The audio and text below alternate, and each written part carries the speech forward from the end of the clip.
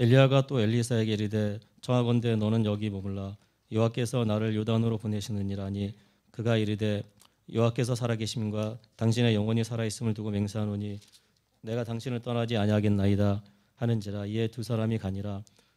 선자의 제자 오신병이 가서 멀리 서서 바라보며 그 두 사람이 요단가에 서 있더니 엘리야가 겉옷을 가지고 말아 물을 치며 물이 이리저리 갈라지고 두 사람이 마른 땅 위로 건너더라. 건너며 엘리야가 엘리사에게 이르되 나를 내게서 데려감을 당하기 전에 내가 내게 어떻게 할지를 구하라. 엘리사가 이르되 당신의 성령이 하시는 역사가 갑절이나 내게 있게 하소서 하는지라. 이르되 내가 어려운 일을 구하는도다. 그러나 나를 내게서 데려가시는 것을 내가 보면 그 일이 내게 이루어지려니와 그렇지 아니하면 이루어지지 아니하리라 하고 두 사람이 길을 가며 말하더니 불수레와 불말들이 두 사람을 갈라놓고 엘리야가 회오리 바람으로 하늘로 올라가더라. 아멘. 엿새 후에 예수께서 베드로와 야고보와 요한을 데리시고 따로 높은 산에 올라가셨더니 그들 앞에서 변형되사 그 옷이 광채가 나며 세상에서 빨래하는 자가 그렇게 희게 할 수 없을 만큼 매우 희어졌더라.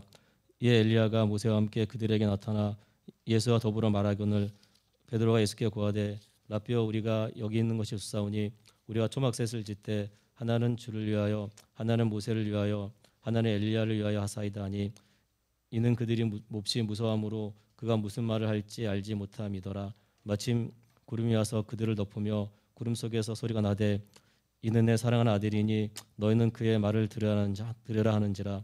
문득 둘러보니 아무도 보이지 아니하고 오직 예수와 자기들 뿐이었더라.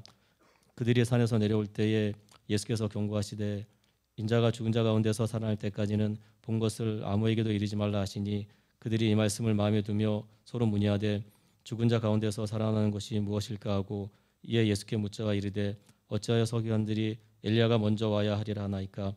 이르시되 엘리야가 과연 먼저 와서 모든 것을 회복하거니와 어찌 인자에 대하여 기록하기를 많은 고난을 받고 멸시를 당하리라 하였느냐. 그러나 내가 너희에게 이르노니 엘리야가 왔을 때 기록된 바와 같이 사람들이 함부로 대우하였느니라 하시니라. 아멘. 하나님께서 우리에게 주신 말씀입니다. 네, 오늘 열왕기하 2장의 말씀과 마가복음 9장의 말씀을 통해서 변화산의 감격과 확신이라는 제목으로 말씀의 은혜를 나누고자 합니다. 오늘은 교회력으로 주현절 마지막 주일입니다. 그리고 이제 수요일부터 사순절이 시작이 되지요. 오늘은 주현절 마지막 주일이면서 사순절을 시작하며 교회력으로는 산상변모주일 혹은 산상변화주일로 지키게 됩니다. 예수님의 공생애 가운데 많은 사역들이 있고 중요한 일들이 있지만 예수님의 생애를 5개의 주요한 사건으로 나누어 볼 때 첫 번째는 성육신 하신 것이고 두 번째가 오늘 변화산에서 있었던 이 일입니다. 그리고 세 번째는 십자가의 고난, 그리고 네 번째가 부활, 그리고 마지막 5번째가 승천의 사건이지요.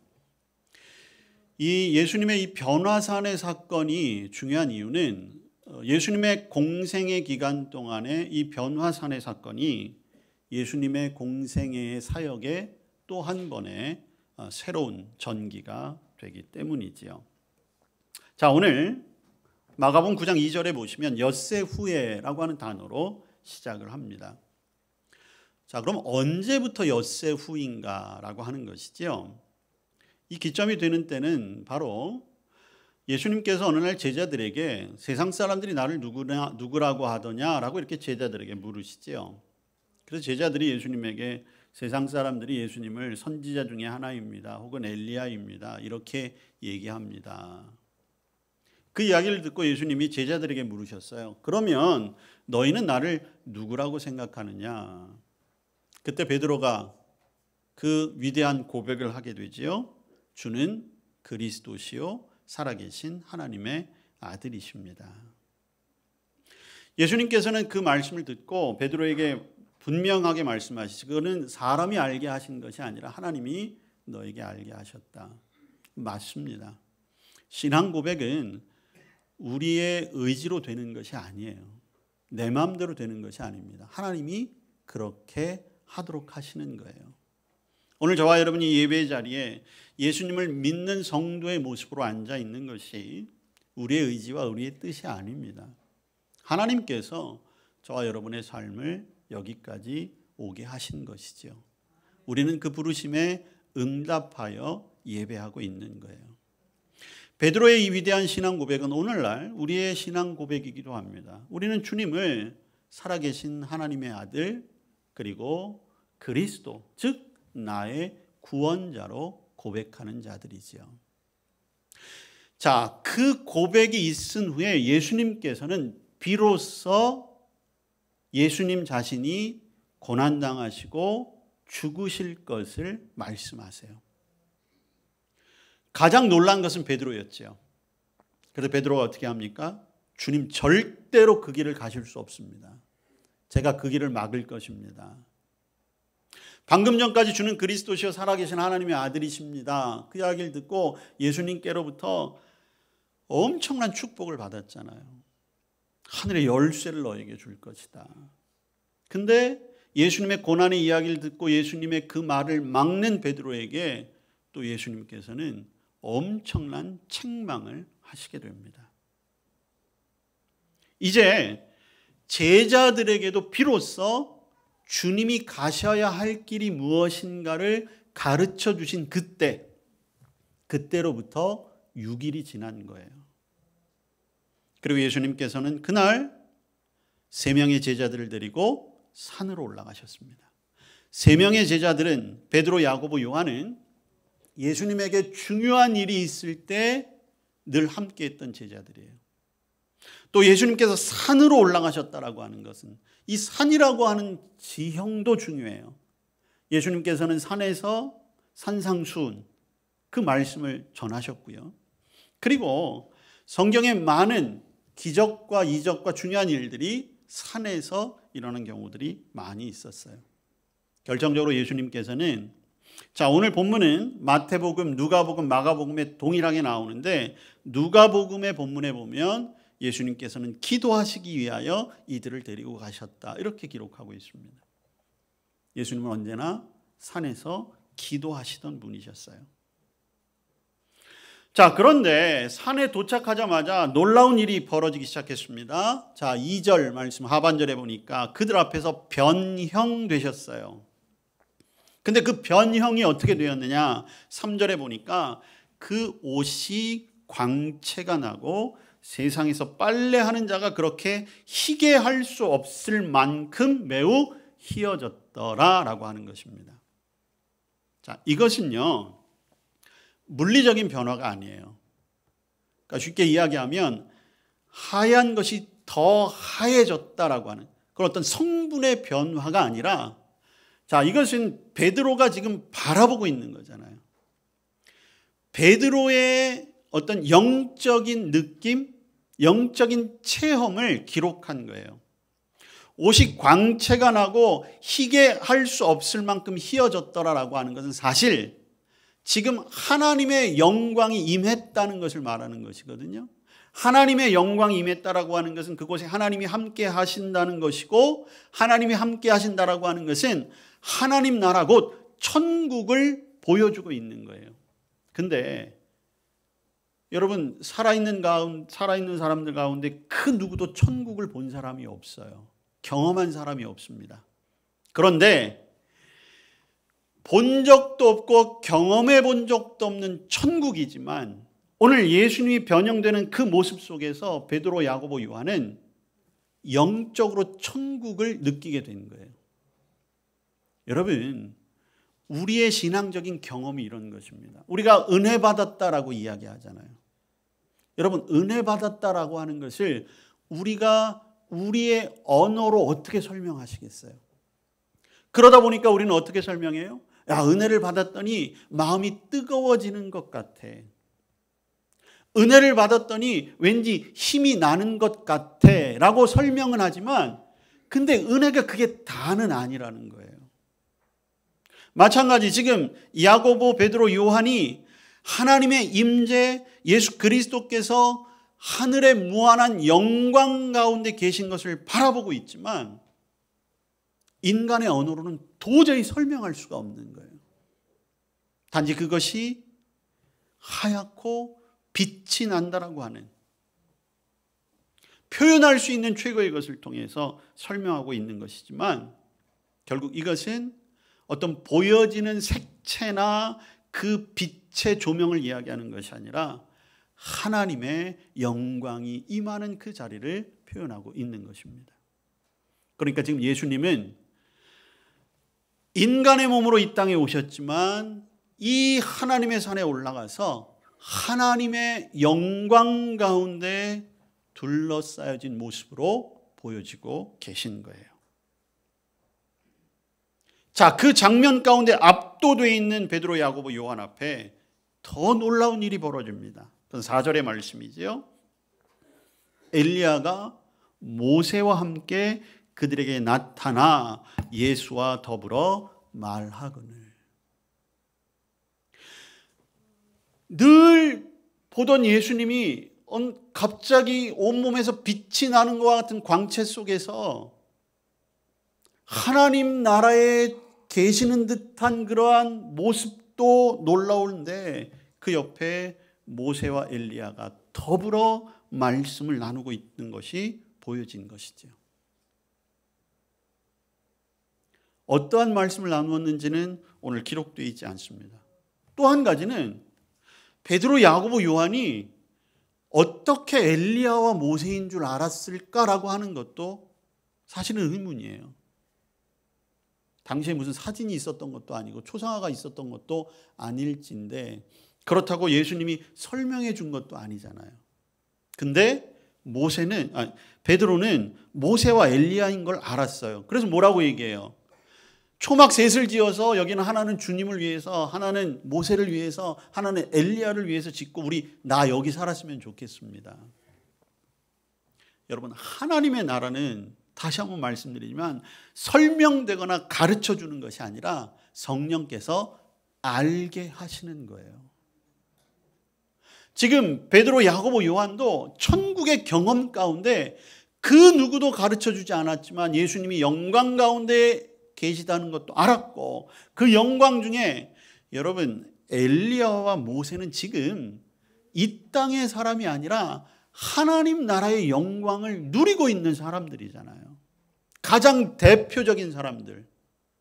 아브라함의 후손으로 이스라엘 민족이라면 그 누구도 잘 알 수 있는 엘리야와 모세. 여러분 엘리야, 오늘 우리 구약의 말씀 열왕기하 말씀을 읽었잖아요. 엘리야는 이스라엘의 가장 위대한 선지자요, 예언자요, 첫 번째 선지자였습니다. 그의 마지막이 어땠습니까? 하나님께서 그를 죽음을 보지 않게 하시고 불수레를 타고 하늘로 올리심을 받은 거예요. 여러분 모세는 어떤 사람입니까? 하나님의 율법을 전달한 사람이었습니다. 모세는 위대한 지도자였어요. 모세는 120살에 느보산에서 죽었다라고 성경은 기록하고 있지만 이제까지 그를 장사 지낸 묘가 발견되지 않고 있잖아요. 그래서 모세는 하나님이 죽이셨으나 그를 하나님이 감추어 주셨다. 이렇게 전해지고 있어요. 여러분 고대 역사가인 요세푸스라고 하는 사람이 이스라엘의 역사를 기록하면서 모세에 관해서 이렇게 추측하기도 했어요. 모세는 죽은 것이 아니라 하나님이 그를 데려가셨을 수 있다. 그만큼 모세의 죽음 역시 신비한 것이었고 단순히 모세와 엘리야가 죽음을 보지 않고 또한 그의 죽음이 신비한 것을 넘어가 여러분 모세는 율법을 상징하잖아요. 모세를 통해 십계명이 전해졌기 때문에 여러분 엘리야는 선지자 중에 선지자 곧 이스라엘의 수많은 선지자들을 대표하는 사람이 엘리야였어요. 율법을 대표하는 모세, 하나님의 말씀을 대언했던 예언자를 대표하는 그 엘리야, 그가 예수님과 함께 있다. 여러분 율법은 하나님 앞에 제사하는 것이 제일 중요했던 것이었어요. 자신의 죄를 자복하고 하나님 앞에 헌신을 결단했던 모든 것들이 율법에 담겨져 있습니다. 그래서 이스라엘 백성들은 제사를 드릴 때 함부로 드리지 않았어요. 흠없는 것들, 가장 완전한 것들로 제사를 드렸지요. 그렇지만 그 제사는 완전하거나 무한한 제사가 될 수 못했어요. 그렇기 때문에 때마다 제사를 계속 드려야 했지요. 그런데 예수님이 어떤 역할을 하셨습니까? 예수님이 마지막 제물이 되신 거잖아요. 예수님이 한 번 드려졌지만 영원한 속죄의 제물이 되셔서 더 이상 예수님 이후에는 그 누구도 제사를 드리지 않게 되었어요. 그래서 예수님은 율법의 완성이 되어주신 것입니다. 여러분, 이스라엘의 모든 예언자들, 선지자들은 무엇을 선포했습니까? 메시아의 오심을 선포했어요. 그 메시아가 누구십니까? 그리스도 예수님. 그래서 지금 이 놀라운 광경이 펼쳐지고 있는 곳에 모세와 엘리야 그리고 예수님이 계셨다라고 하는 것은 하나님의 말씀이 온전하게 이루어져 있고 그곳에 놀라운 영광의 자리가 되고 있다는 것을 오늘 보여주고 있는 것입니다. 자, 그러니 베드로가 5절의 말씀처럼 주님 여기 있는 것이 좋겠습니다. 자, 베드로는 가르쳐주지 않았지만 이곳이 천국이라는 것을 안 거지요. 여러분, 세상 사람들도 이런 말 자주 하잖아요. 아주 기분이 좋고 모든 것이 만족하면 야, 지금 죽어도 여한이 없겠다. 근데 실제로 죽으라 그러면 죽을 사람 아무도 없을 거예요. 그런 마음만 가지고 있는 거지. 하물며 세상 사람들도 그러한데 천국을 경험하는 베드로는 그 자리를 떠나고 싶겠습니까? 그래서 아예 그 자리에 자리를 완전히 마련하고자 자신이 초막셋을 지어서 예수님 거 하나는 모세를 위해서 하나는 엘리야를 위해서 짓고 그렇게 살겠다는 거예요. 근데 여러분 6절에 보면 그 말을 이렇게 표현하고 있잖아요. 그가 몹시 무서워함으로 그가 무슨 말을 할지 알지 못함이더라. 다른 성경에도 보면 베드로가 이렇게 말은 하고 있지만 스스로도 무슨 말을 하는지 모르고 있는 거예요. 여러분 무아의 지경인 것이죠. 천국에 온전히 동화되어 있는, 그러나 한 가지는 분명하지요. 하나님의 그리스도의 영광이 있는 그곳에 머물고 싶어하는 것. 여러분 그것은 저와 여러분의 궁극적인 소망이기도 한 거예요. 우리가 살아가야 할 곳은 이 땅이 아니죠. 그리고 분명히 약속도 되어 있습니다. 저와 여러분에게도 믿음을 통해 영광의 자리에 있게 될 줄로 믿습니다. 오늘 주님께서 아주 신비로운 광채 가운데 그 가운데 그 모습을 보는 제자들마저도 이것이 천국이구나라는 것을 깨달을 수 있을 정도의 그 영광이 저와 여러분을 위해서도 예비되어져 있는 거예요. 오늘 저와 여러분이 그 영광을 온전히 바라볼 줄 알아야 하는 것이죠. 자, 그런데 거기에서 그치는 것이 아니었어요. 7절 말씀을 보시면 구름이 와서 그들을 덮었고 구름 속에서 소리가 났다는 거죠. 여러분 구름이 왔다라고 하는 것, 여러분 이건 단순한 구름이 아니에요. 성경에서의 구름은 곧 하나님의 나타나심을 상징하고 있습니다. 여러분 모세가 시내산에서 십계명을 받을 때에 하나님이 그곳에 임재하셨잖아요. 어떻게 임재하셨습니까? 우레와 번개와 빽빽한 구름 사이에 하나님이 임재하셨다고 했어요. 그래서 성경은 하나님의 임재를 구름으로 형상화해서 표현하고 있습니다. 왜냐하면 하나님의 실제 모습은 그 누구도 볼 수 없는 거예요. 심지어 모세와 같은 위대한 지도자도 하나님의 실제 모습은 볼 수 없었습니다. 왜? 불완전한 인간은 완전한 하나님 앞에 절대로 설 수가 없어요. 그랬기 때문에 오늘 베드로가 예수님의 영광 앞에 섰을 때 두려워했던 것도 사실일 수 있는 거예요. 그만큼 그 자리는 경외스러움이 가득한 자리라고 할 수 있는 것이지요. 구름이 덮였다라고 하는 것, 하나님이 그곳에 친히 임재하신 것이죠. 그리고 말씀을 들려주십니다. 첫 번째 말씀은 이는 내 사랑하는 아들이다. 여러분, 이 말씀은 이번이 처음이 아니에요. 처음 이 말씀을 하나님께서 하신 적이 있습니다. 예수님이 세례 받으셨을 때.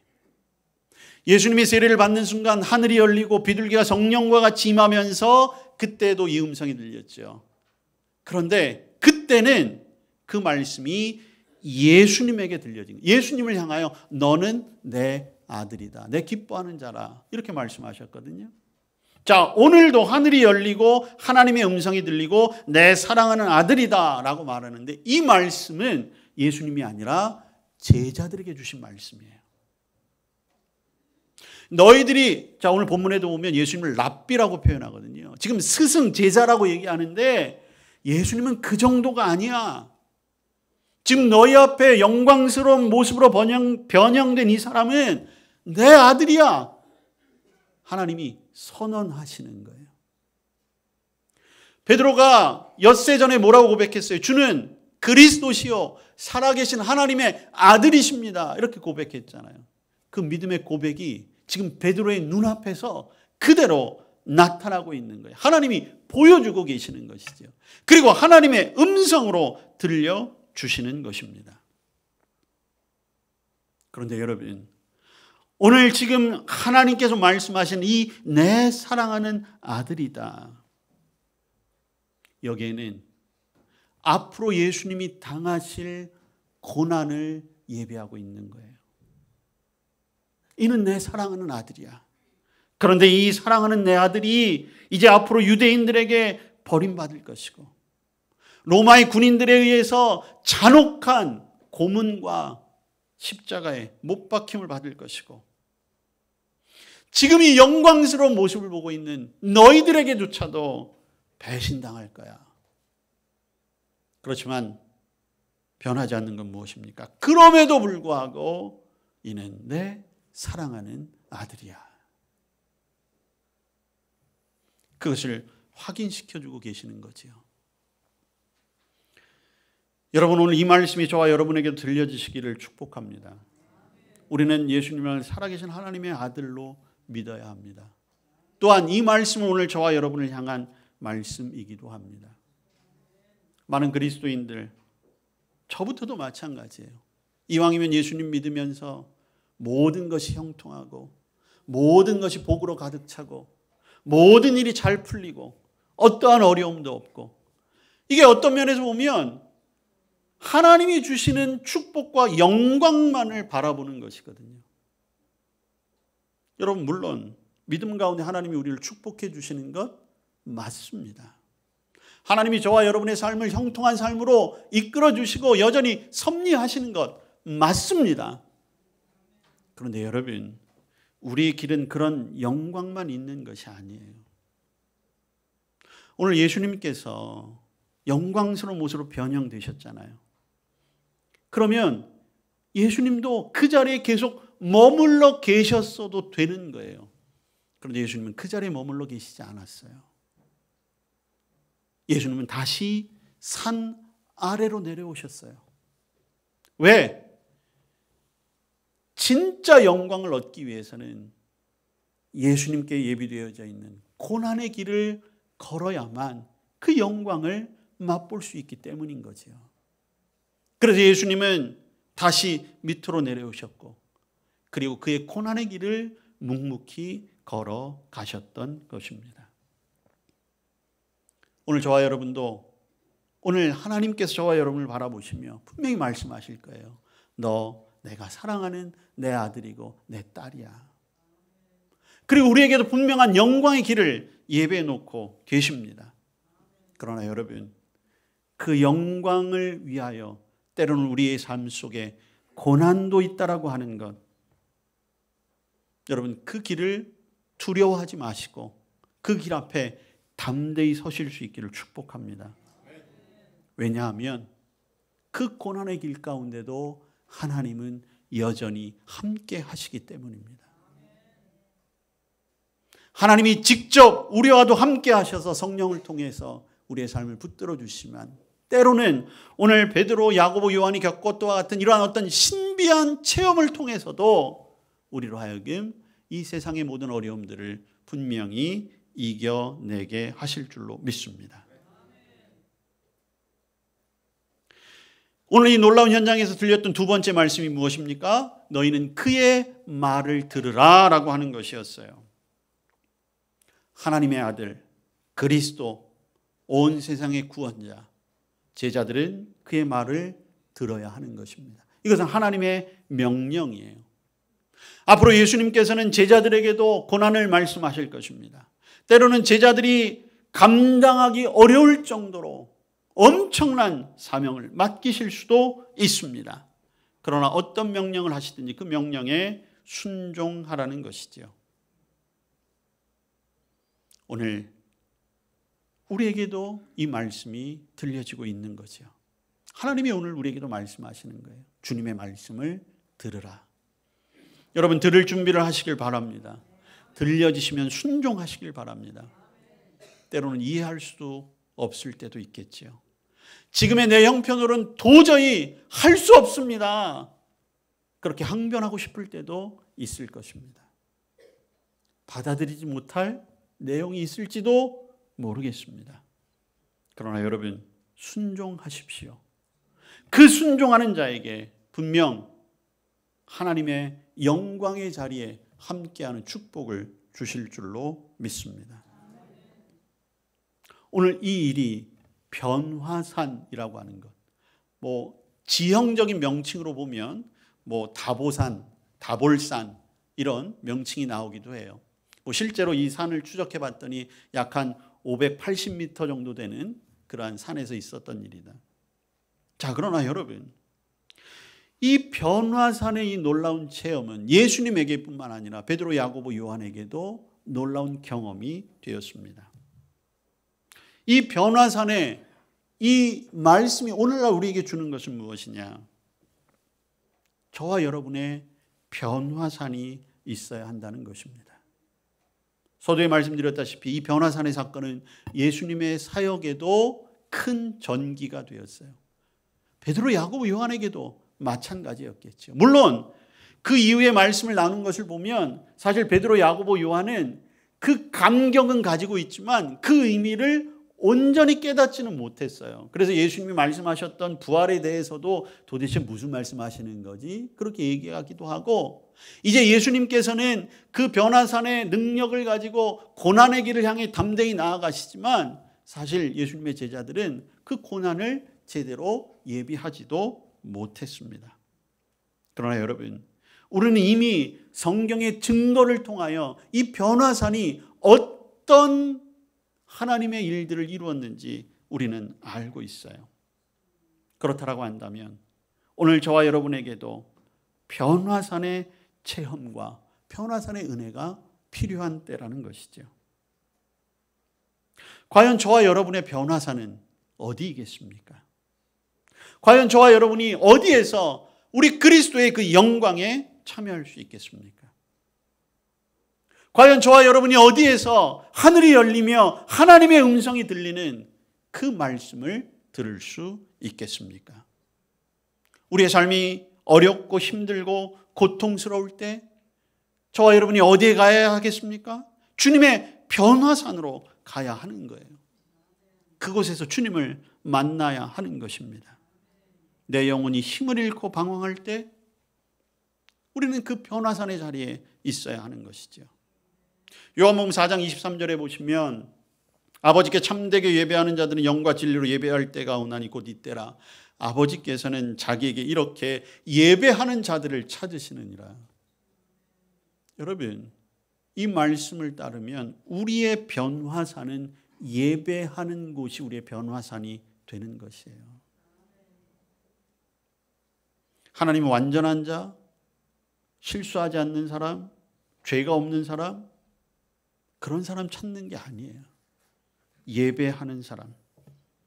비록 죄 가운데 있었지만, 비록 생활이 조금은 온전하지 못하지만, 말씀대로 살지는 못했지만, 부끄러운 모습이라 할지라도 예배하려는 자, 주님을 사모하는 자, 주님께 가까이 나기를 원하는 그 사람, 그를 받아주시고 용서하시고 어루만져 주시고 다시 하나님의 자녀로 불러주시는 줄로 믿습니다. 저와 여러분이 여러분의 변화산의 자리는 예배의 자리라는 게 분명해요. 왜냐하면 그 예배의 자리를 통해서 오늘 말씀으로 율법과 예언을 우리도 대할 수 있는 것 아니겠습니까? 그리고 그것 가운데서 성령의 만지심의 은혜로 충만해질 수 있는 것입니다. 다메섹으로 가는 중에 주님의 임재를 체험하며 바울이 변했죠. 시내산에서 하나님의 현현 가운데 모세 역시 위대한 종으로 거듭날 수 있었던 것처럼 저와 여러분도 예배의 자리, 그곳이 변화산이 되어 주님을 다시 바라볼 수 있고 그 능력을 힘입을 수 있는 저와 여러분 되시기를 바랍니다. 여러분, 매일 같은 길을 가다가도 어느 날 문득 매일 보지 못하던 무언가 눈에 띄일 때가 있어요. 매일 지나던 거리였는데 거기에 나무가 심겨져 있었고, 매일 지나던 곳이었는데 거기에 무슨 간판이 서 있고, 그러다 보면 새로워지는 느낌이 들잖아요. 여러분들이 집에나 혹은 뭐 사무실 같은데 처음에는 주변에서 들려오는 소리들이 때로는 귀에 거슬리기도 하고 소음처럼 들려지지만 어느 순간 시간이 지나게 되면 그 소리들에 익숙해져요. 그래서 그냥 저냥 지내요. 아, 오늘도 소리가 들려오나 보다. 그러다가 어느 날 문득 귀를 새롭게 자극하는 소리가 들려질 때가 있어요. 그날만 특별히 들려진 것이 아니고 그날만 그 자리에 놓여져 있던 것이 아닌데 왠지 그날따라 눈이 띄어지고 귀가 열려져서 보여지게 되고 들려지는 때가 있다는 것이지요. 여러분, 우리의 믿음도 마찬가지예요. 늘 읽었던 말씀이 어느 날 새롭게 내 영혼을 방망이 칠 때가 있는 거예요. 늘 읽어왔던 말씀인데 어느 날 그 말씀이 내 영혼을 새롭게 하고 뜨겁게 하는 말씀이 되는 것입니다. 오늘 제자들이 그런 거예요. 늘 보아왔던 예수님이에요. 그런데 그 변화산에 올라갔을 때 물론 하나님의 영광스러움 가운데 주님이 변형되신 것도 있지만 그 모습을 볼 수 있었던 것은 사실 베드로, 야고보, 요한의 눈이 뜨여졌기 때문에 그 모습을 볼 수 있었던 것이지요.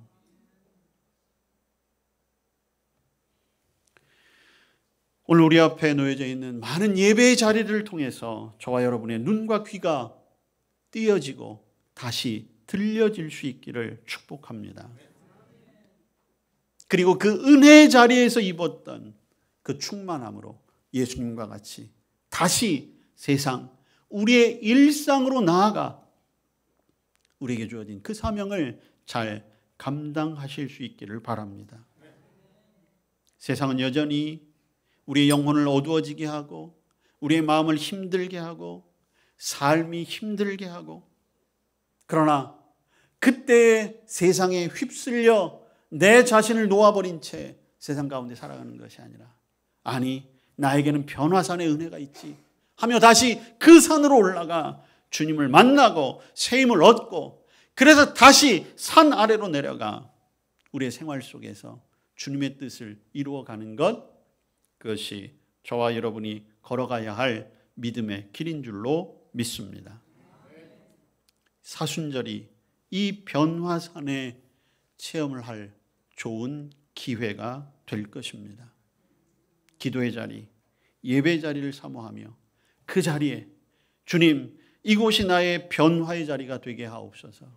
주님, 이 기도의 자리가 나를 영적으로 성장하게 하고 충만하게 하는 이 시간이 되게 하옵소서.